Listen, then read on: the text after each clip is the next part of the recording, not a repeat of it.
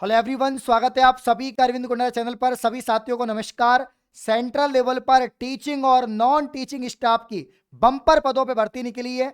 7267 पद आपके होने वाले हैं, यानी 7000 से अधिक पदों पर यह भर्ती है। इसकी कंप्लीट जानकारी मैं आपको देने वाला हूं। आयु सीमा क्या रहेगी, योग्यता, पैटर्न, फॉर्म कब से कब तक भरे जाएंगे, सारी जानकारी मैं आपको बताने वाला हूं। तो शिक्षक भर्ती की तैयारी कर रहे हैं जिन्होंने यहां पर पोस्ट ग्रेजुएशन और बीएड कर रखा है, या जिन्होंने ग्रेजुएशन और बीएड कर रखा है, तो यहां पर पीजीटी, टीजीटी सभी भर्तियों के लिए बम्पर पदों पे भर्ती आ चुकी है। पूरी डिटेल एंड तक मैं आपको बताऊंगा, तो लास्ट तक वीडियो जरूर देखें। आइए वीडियो को शुरू करते हैं। तो यहां पर साथियों ईएमआरएस, इसका मतलब क्या होता है? तो ईएमआरएस का मतलब होता है एकलव्य मॉडल रेजिडेंशियल स्कूल। जिस प्रकार से आपके केवीएस केंद्रीय विद्यालय या एनवीएस नवोदय विद्यालय होते हैं, उसी प्रकार से जो ट्राइब्स होते हैं, जनजाति क्षेत्रों के छात्रों को पढ़ाने के लिए एकलव्य मॉडल पर ये स्कूल्स होते हैं, और इनमें ये भर्ती आई है।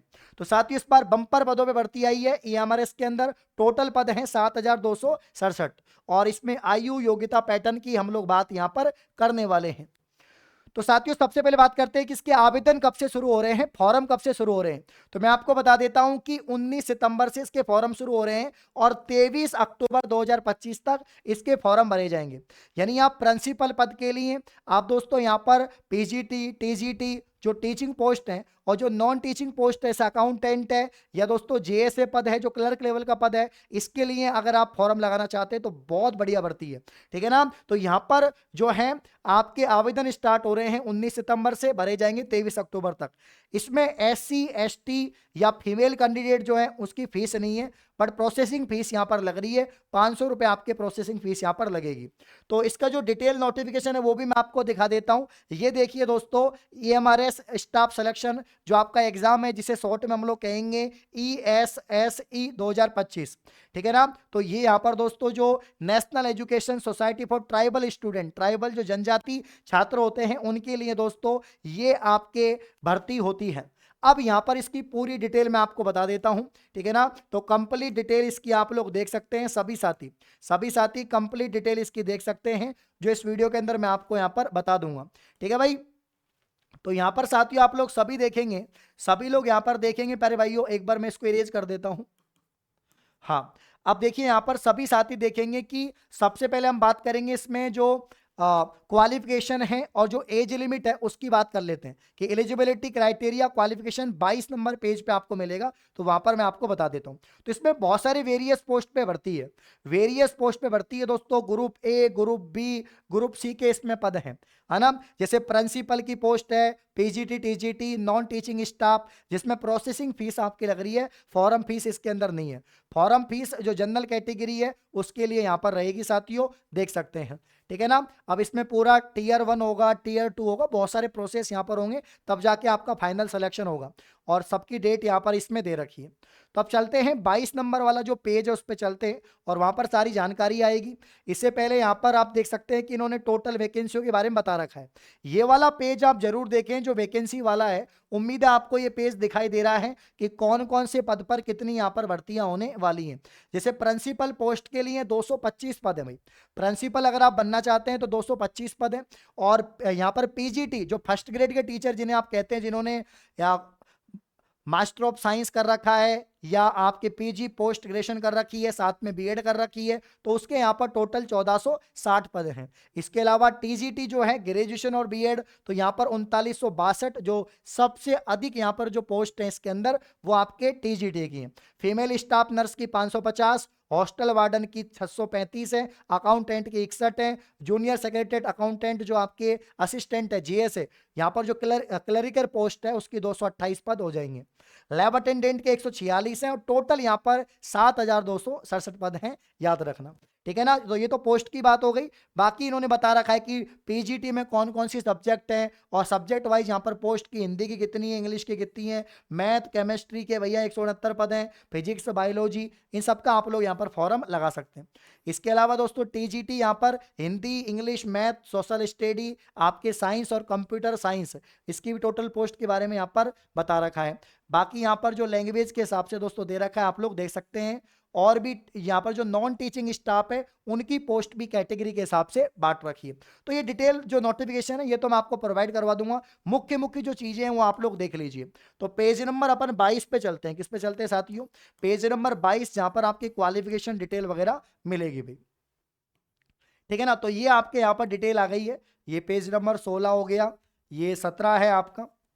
देखिए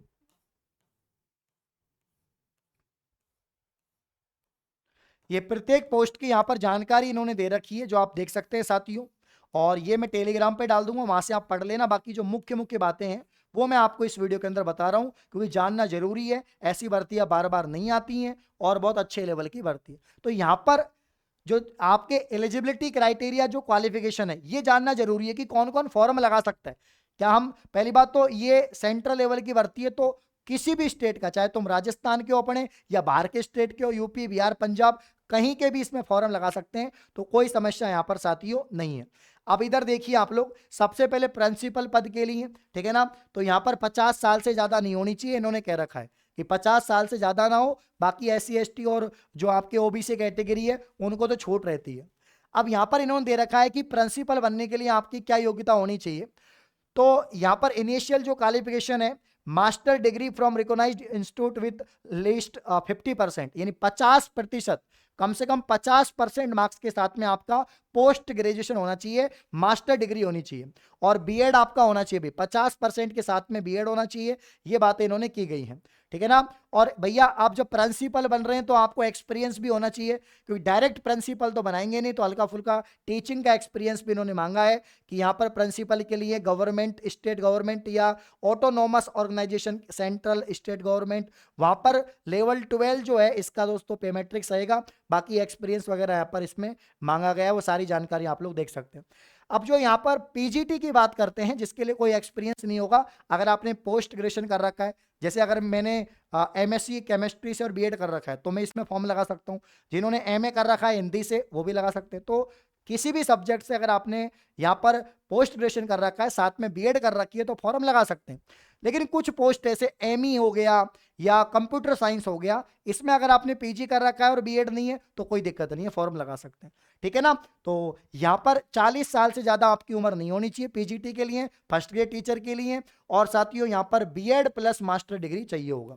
वहीं अगर हम बात करें दोस्तों TGT के लिए, अगर हम TGT की बात करें तो देखिए आते हैं हम लोग TGT पे, ठीक है भाई। हाँ, यहाँ पर TGT की बात करते हैं। अब TGT के अंदर दोस्तों, इन टीचर्स के अंदर आपके 35 साल से ज्यादा उम्र नहीं होनी चाहिए, और इसकी जो क्वालिफिकेशन है उसकी बात करेंगे। जैसे bachelor education degree in subject की, सब्जेक्ट के हिसाब से आपका बैचलर डिग्री होना चाहिए, स्नातक आपका होना चाहिए, ग्रेजुएशन आप कह सकते हैं 50% के साथ में आपका ग्रेजुएशन होना चाहिए, और 50% के साथ में आपका बीएड होना चाहिए। साथ में दोस्तों आपको मालूम ही है, जब यहां पर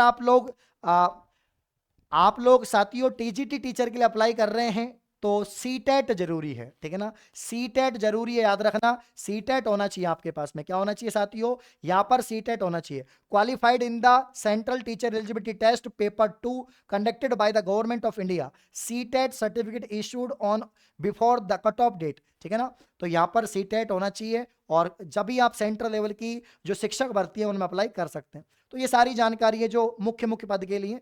बाकी जो आपके नॉन टीचिंग स्टाफ है उसकी आप खुद देख लेना, जिसमें बहुत सारे पद हैं, है ना।